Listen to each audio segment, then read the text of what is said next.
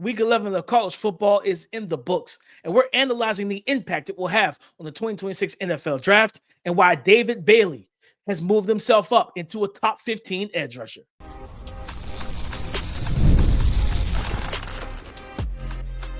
You are Locked On NFL Draft, your daily podcast covering the NFL Draft. Part of the Locked On Podcast Network, your team every day. Welcome back to the Locked On NFL Draft Podcast, your daily podcast covering your favorite draft prospects, part of the Locked On Podcast Network, your team every day. I'm your boy, Damian Parson. I'm an NFL draft analyst with Bleacher Report. That's my guy, Keith Sanchez. He's the director of scouting with the Draft Network and 2019 national champion with those LSU Tigers. And as always, thank you for making Locked On NFL Draft your first listen today and every day. Shout out for being our every Dayers, guys. You already know what it means. After the college football weekend, we got to recap the action. Moneymakers, a.k.a. stock up, bag fumblers, a.k.a. stock down, and we're going to go into the locker room and give out our game balls from week 11 of college football. But before we get into all of that, today's episode is brought to you by FanDuel. Right now, new customers can bet just $5, and if your bet wins, you'll get $300 back in bonus bets to use freely across the app. No hiding from the tape. It's time for Moneymakers and Bag Fumblers. Moneymakers, Keith, and I go to, and I feel like this guy's made a lot of money this year, but to me, I'm going to preface this. He's worked himself into that top 15 range of round one for me, and that's Texas Tech edge rusher David Bailey.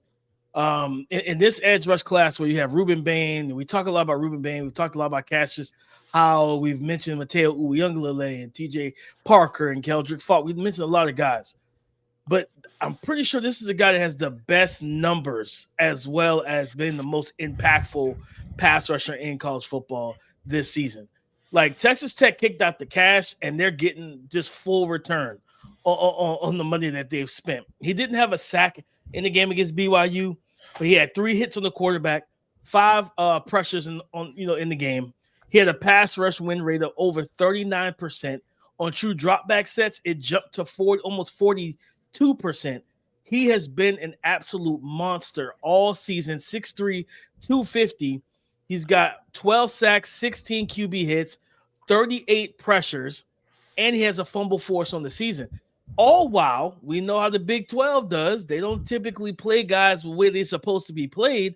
They got a really bad habit of playing them at 4-eye at times. I'm watching tape and I'm like, why is a 250-pound edge rusher in a 4-point stance getting double teamed in the run game? Like, no, Big 12, let's stop doing that. Man, David Bailey, to me, and Keith, I'm gonna tell you this: a team that I think that's going to be a team he's going to be linked to as we get closer and closer to the draft. Watch out for the being linked to the Baltimore Ravens. The Baltimore Ravens, like they drafted Mike Green last year and everything, but they don't have a guy as their pass rusher right now. They don't have that dude. David Bailey and Mike Green to grow and develop together. Yeah, they've been lacking that dude since Terrell Suggs, and he's been retired for a long time now. Yeah, no, and David Bailey has, like you said, the opportunity to get himself into the first round. For me, DP, and we'll talk about David Bailey, right? He's just been a tricky evaluation for me, though. Because there's some things that I really like, and there's some things I'm like, have to kind of see a little bit more on it, right? But for me, I'm gonna go with a guy, DP, that you mentioned him, and you first put him on my radar, and that was Nebraska running back Emmett Johnson. Emmett Johnson is coming off of a 100-yard rushing game, right? Ran for 129 yards, 28 attempts, DP, talking about being a bell cow power back type of situation, right? Workhorse. Let me say workhorse, sorry. 28 carries for 129 yards and a touchdown. And then he had 3 receptions for 103 yards and 2 touchdowns, DP. And this is coming off of, obviously, the conversation of their quarterback, Dylan Raiola, right, being out for the season. So you have to lean on a freshman. And I think last week's game against, who did they play? USC. And they played last week's game against USC. And you've seen that their quarterback, I believe he was a freshman, right? And so the offense kind of had to run through Emmett. And then once again, obviously, you get into this game, right? You're playing UCLA. You go from USC to UCLA, and the offense has to run through the run game and running back to give that freshman quarterback some balance, right? And almost a out to, let him obviously develop and things like that.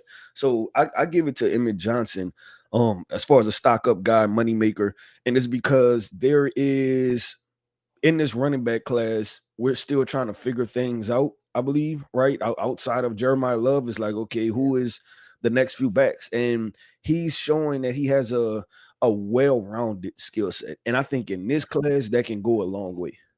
Absolutely. I think he's coming off of 3 straight 100+ yard rushing. Mm-hmm. Like, this dude has been picking up steam all season. I love what he's done. And like you said, just not only just running the ball, but then catching the ball and making the plays. Like, yeah, like he could be the game ball guy at the end of the day. I'm not disclosing who's my game ball person this week, but it could be him, because you don't beat UCLA without him. Like, they had to put the whole off. He was the engine of that offense, Keith. I want to talk about another guy who's, to me, another running back that's just not talked about really at all from Auburn, Jeremiah Cobb. Like, Keith, I don't know if you got knives on him yet. Do it. Like, this dude can hoop, bro. He can ball. Vision, footwork, patience, pass protection. He's functional in catching the ball. He'll run through your face as a defender. But he has great contact balance too. Like, this dude he's good. And it's wild because I'm sitting there and like I said, we've been kind of down on the running back class. It's like, man, at Jeremiah Love, Justice Haynes, like, he's gonna be RB2, but he's been banged up like the past about month or so. So it's like he has to be able to stay healthy. And then I'm just sitting there watching, just watching that game, and between Vandy and Auburn. I'm like, this Jeremiah Cobb dude is talented, man. Like, he's toting the rock. And then I, went back and watched a little bit of film. I'm like, okay, this wasn't a one game situation. Like, he's been doing this all season. It's just he didn't have the quarterback play and everything to kind of help him and really elevate him. But man, he's one of the best backs in the SEC. Yeah, I want to ask you this question about Nicholas Singleton. What was the game against Indiana a kind of inkling, or did it get you to start leaning the other way? And it's weird because he still only had 10 carries the entire game. Or do you kind of wrap that up in kind of one situation where he had one big run, right, where he came just short of scoring a touchdown? Was that a game? Because he also had, I think it was a receiving touchdown too, right? Mm-hmm. He rushed for a touchdown and then had a receiving touchdown when they were kind of staging the comeback, right, like to take the lead. Was that enough to get you back intrigued, or was it, like, hey, outside of this one big run, I still have concerns? It was enough to pull me back a little. Because what it tells me, Keith, is that the Nicholas Singleton we saw the last couple years, it's still in there somewhere. And it's just like the same explosive playmaking, the dual threat ability to make plays in space, things like that. I always said he's at his best as a runner downhill. I think he's a gap scheme downhill. Let him get north and south quickly and let him hit the hole, man. And again, then you can flex him out. You can throw the screens to him. You can throw him into the flats. And he's a weapon. He's not a functional guy. We see some guys are like, yeah, they're a screen threat. They're like last resort check down guy. He could be a weapon in the passing attack. So I don't know what happened with Kolanicki, the offensive coordinator, why he hasn't used him the same way he has in the past, but definitely he's definitely done that game. Let me know that, okay, the guy that I did like, the talent, the skills, all of that's still there. Maybe it's just usage and the offensive line not playing well and so forth and so on. Again, maybe he's one of the guys that we actually will talk about this Thursday show. Those players need to go to the Senior Bowl. Maybe he's one of those guys that we discussed, Keith. Before we close this out, I want to throw one more guy up there. He's coming off before I think it was Friday night when they played. He was coming off like 2 subpar games, and it started in the Notre Dame game. And that's Mekhi Lemon. This is a zone beater, destroyer, whatever adjective you want to throw out there. He is a chain mover. He's a yak guy, like short area quickness, good hands and ball skills. I tweeted out probably a month ago, pound for pound, the toughest receiver in the class. Like, the dude plays bigger than his size. Do we still have some issues with beating man coverage consistently? Yes, but in the NFL with them playing so much zone now, And on especially on early downs, like this is a guy in the slot who's going to do some things and open some things up for offense. Yeah, no, I agree with that. And it was good to kind of see him bounce back, right? And because he kind of had a tough few weeks, it was good to see him bounce back. DP, let's do this, man. We talked about those guys who made themselves some money this past weekend in college football. Let's talk about the draft prospects that now we have concerns about. And I'm going to be honest with you guys. I'm going to go ahead and let the cat out the bag. I think the hat out the bag is the cat or the hat, right? Something out the bag. But regardless, we're talking about Garrett Nussmeier coming up next. I'm Cody Rourke from Locked On Broncos, and this episode is brought to you by Peloton. Peloton is shaping the future of fitness with the brand new Peloton Cross-Training Tread Plus, powered by Peloton IQ. This is Peloton's most advanced equipment yet, giving you real-time guidance and endless ways to move, whether you're running, lifting, or you're cross-training with your favorite instructors like Alex Toussaint. It's training reimagined to make your workout more personal. Peloton is built for breakthroughs with features that help you plan, stay motivated, and hit peak performance. You can let yourself run, lift, flex, and go while Peloton handles all the rest. Plus, Peloton IQ provides real-time strength coaching, tracking your progress and suggesting weights that challenge you so you can get stronger. Plus, the new movement tracking camera, it counts your reps and corrects your form in real time, making sure every rep is safer and smarter. So let yourself run, lift, flex, push, and go. Explore the new Peloton Cross-Training Tread Plus at onepeloton.com. If you're a business owner, here's the truth. SaaS promised to make work easier, but now the average company is buried by hundreds of apps that slow down your teams and simply do not work together. That's not SaaS, that's sad. Software as a disservice. That's why you need Rippling. Rippling is the unified platform for global HR, payroll, IT, and finance all in one place. They've helped millions of businesses replace a mess of disconnected tools with one system designed to give leaders clarity, speed, and control. Everything from onboarding to payroll to IT access runs automatically and perfectly in sync. And right now, you can get 6 months free when you go to rippling.com/lockedonnfl. Learn more at rippling.com/lockedonnfl. That's rippling.com/lockedonnfl for 6 months free. Terms and conditions apply. What goes up must come down. No hiding from the tape. It's time for moneymakers and bag fumblers. Keith, you said I'm letting the cat out the bag. Keith, Garrett Nussmeier, talk to us. What have you seen? What's going on? He got benched. I did not see that coming in that game. But talk to us. What's going on? What's going on? We're seeing a quarterback DP. And this is why the physical traits of a quarterback, I put them secondary in my quarterback evaluations when it comes to grading the mental part of the game.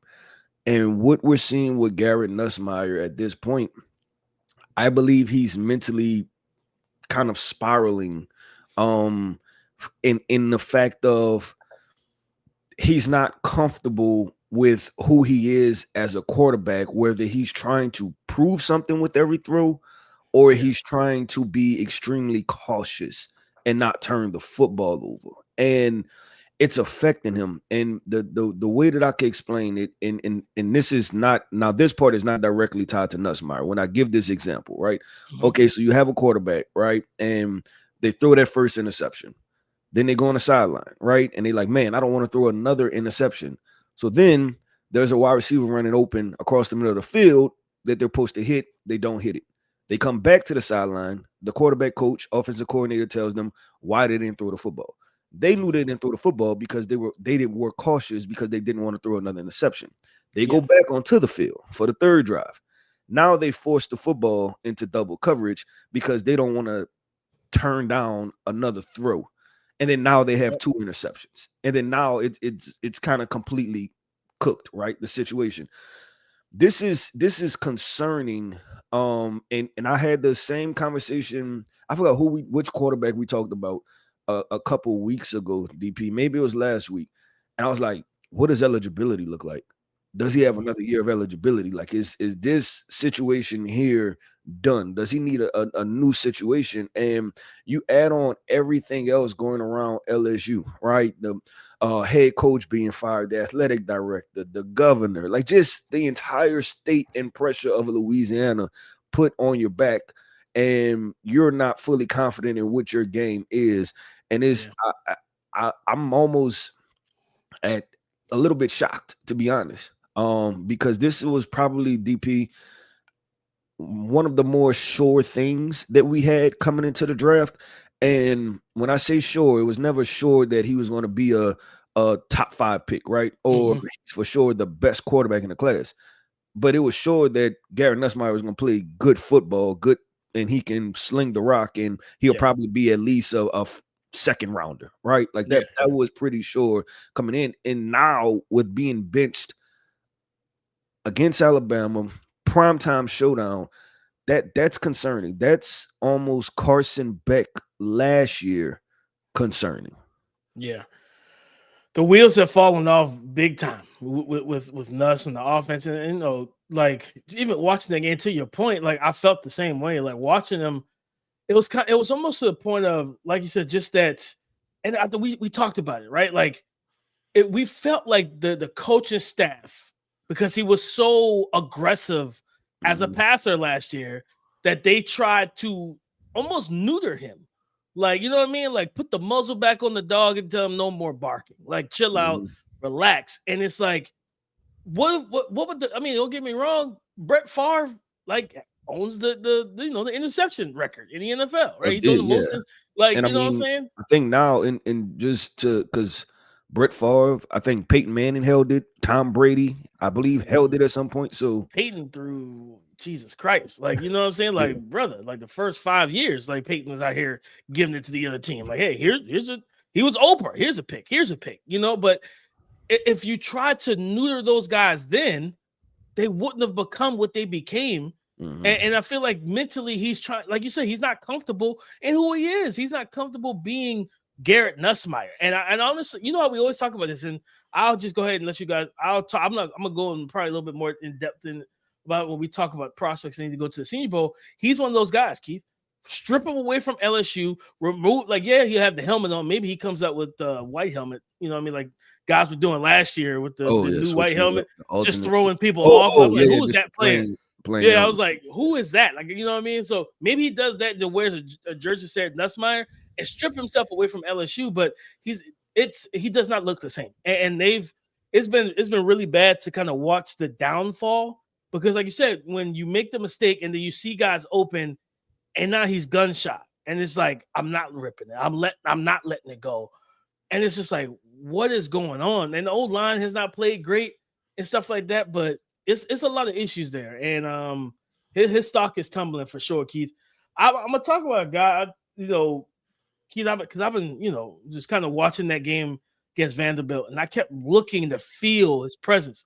Keldrick Falk, like freaking, what's the quarterback's name? Diego Pavia went crazy in this game. Like, went absolutely nuts. And I was looking at the defensive line. I'm looking at the pocket that he's in, and it's just like, I think Keldrick, he recovered a fumble where somebody stripped the running back or whatever. But outside of that, like, he didn't have much of an impact on this game whatsoever. And I was actually shocked by it, because I felt like, again, I've been trying, you know, I think we talked about this with the live Anthony Hill. I was like, hey, tell me who you are. And with Keldrick, I think he's already told me who he is. He's like, hey, he basically, to me, he's an interior defensive lineman.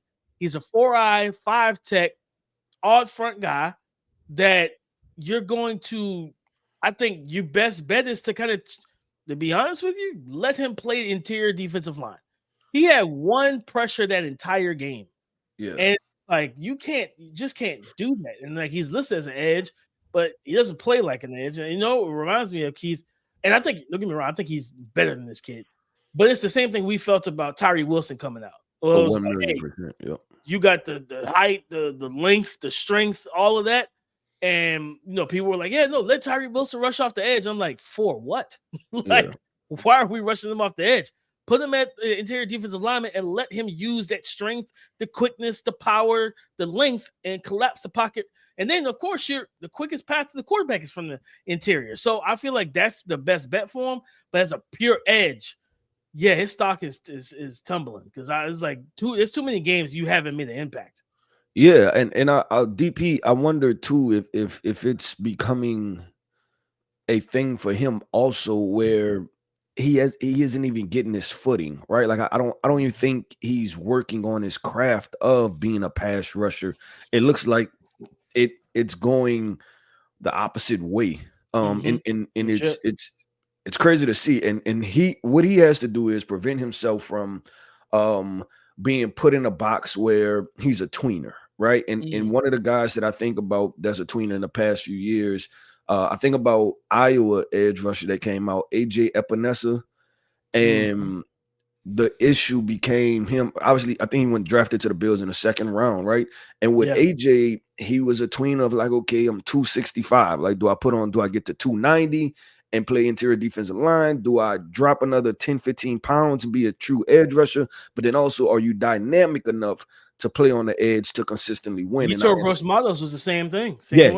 And I think they were in the same draft, I believe, actually. I think they were in the same draft. And both of them had the same kind of career trajectory where once they got to the league, their weight fluctuated. Like the coaches said, was like, hey, bulk up a little bit. Hey, drop some weight. And it was just like, this isn't conducive to me being a good football player because I don't know what weight I'm going to play at. Yep. No, 100%. So I agree with you on that. It's going to be a deep dive and study for Keldrick Falk. And if he's not going to be a quote unquote sack master type of quarterback, right, where you're banging on sack production, then where do you draft those guys, right? And on top of that too, there are specific teams that should take you and specific teams that shouldn't take you because there's a specific situation you should play. But DP, let's do this, man. Grab your hat, grab your whistle. We are hopping in the locker room and passing out a game ball. We're going to talk about that prospect that made the game-winning performance, right? They had the biggest impact. We're going to talk about that coming up next. Today's episode is brought to you by FanDuel, America's #1 sportsbook. The NBA is back, and there's no better place to get in on the action than FanDuel, the official sports betting partner of the NBA.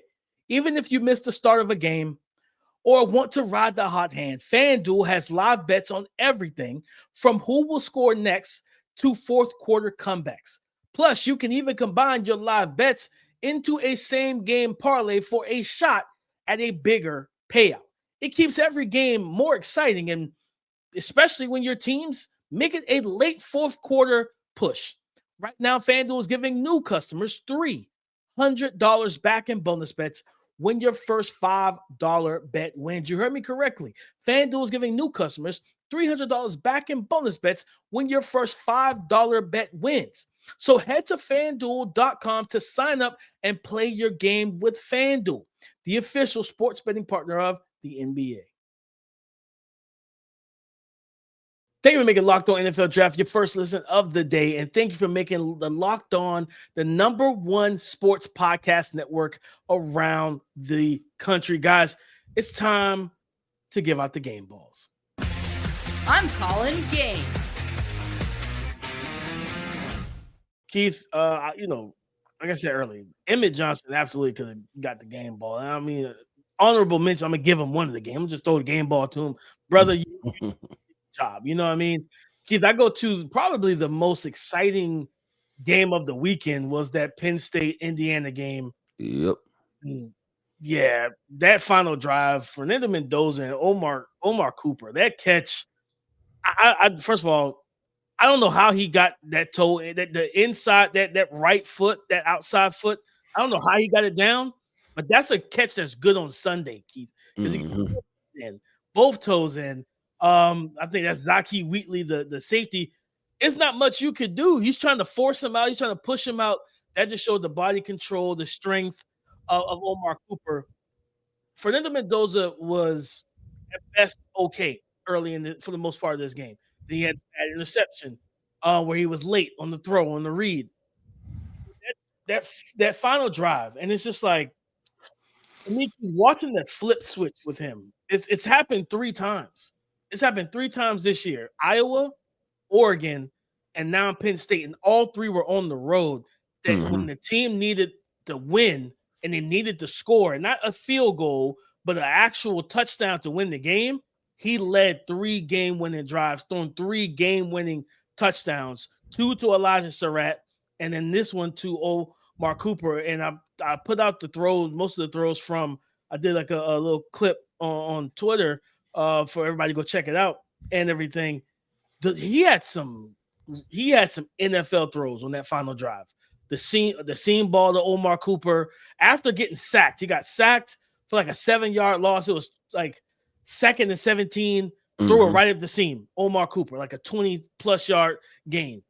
Then came back through I think, comeback route for another 10, 12 yards to, I think it's like Elijah Williams or something like that.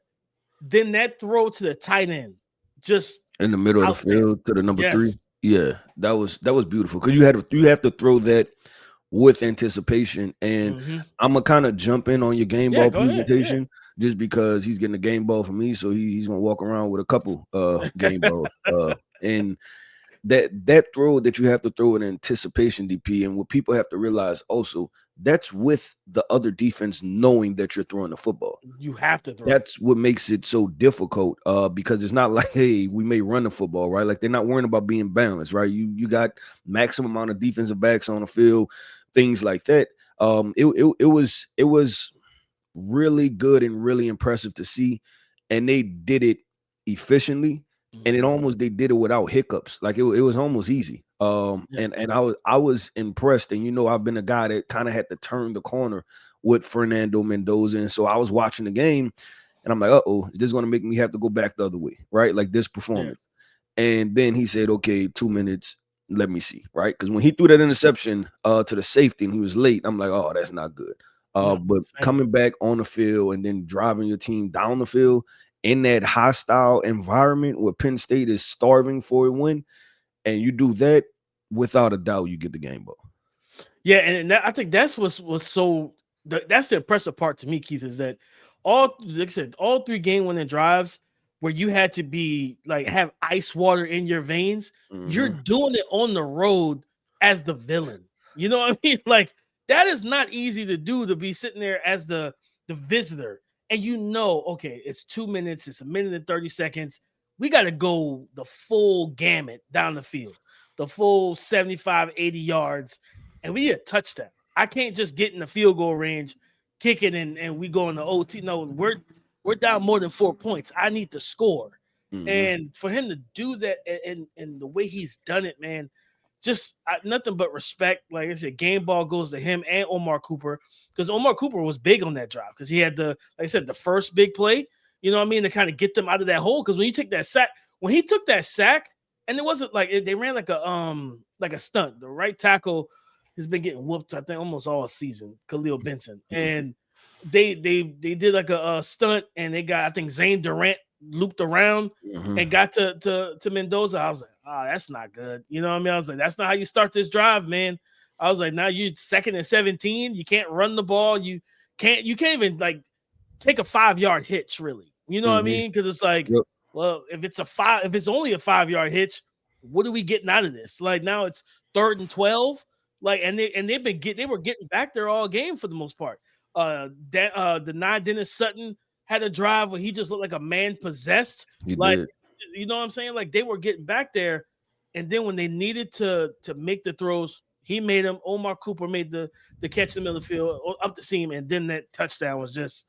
And shout out to the ref. The ref, you know what I mean? Because Keith, we know how this goes. That ref call incomplete. You know what I'm saying? And then it's like, we go back to the review. We're gonna stick with the call on the field. Like, you know what I mean? Like, you know how dicey that can get. That ref looked dead at the toes, like, that's a touchdown, big dog. I gotta give it to you. You know what I'm saying? You did your thing. So shout out to Omar Cooper and Fernando Mendoza. And again, Emmett Johnson. I'll give him the game ball as well, because UCLA doesn't lose that game without Emmett Johnson going off for over 200 plus yards. Total yards. Yep, 100%. With DP, that wraps up another episode, man, of the Locked On NFL Draft Podcast. I want to end this podcast off by saying shout out to our everydayers. Thank you for tapping in with us each and every single day. I am Keith Sanchez. You can find me on X at The Talent Code. That right there is my guy, my co-host, Mr. Damian Parson. You can find him on X at DP_NFL. And like we like to say, man, y'all come talk to us because we like to talk back. Go subscribe and follow for free on YouTube, wherever you listen to podcasts, to get the latest episode as soon as it is available. On tomorrow's show, quarterback of the week, stock rising quarterback performances, and the stock falling quarterback performances on tomorrow's show. So come and join the conversation again tomorrow on the Locked On Podcast Network, your team every day.